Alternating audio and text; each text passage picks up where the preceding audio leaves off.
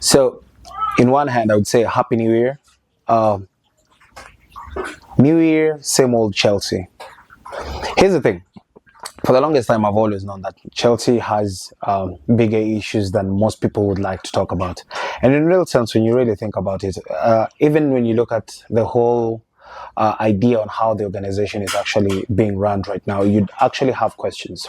For instance, look at it from this point of view. The kind of signings they're making and the kind of ambitions that they have. We have to admit that currently, as we look at Chelsea, we are looking at the world champions.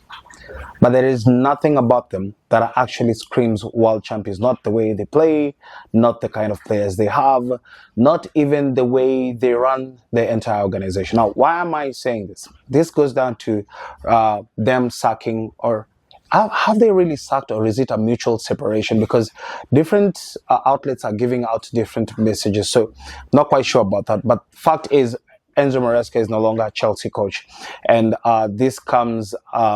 The news was released yesterday, and you have to ask yourself a question: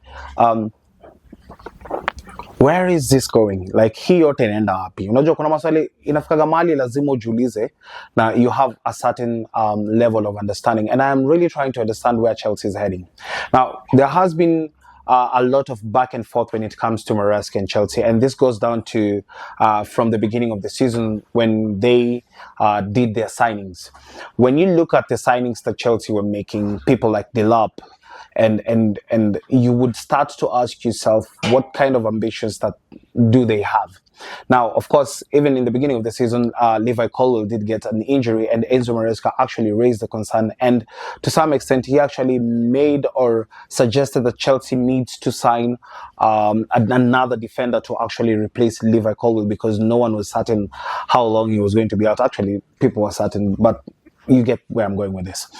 Ideally, no one took him serious. In fact, they actually rebuked him and said he was to use the available players that he has to try and make it work.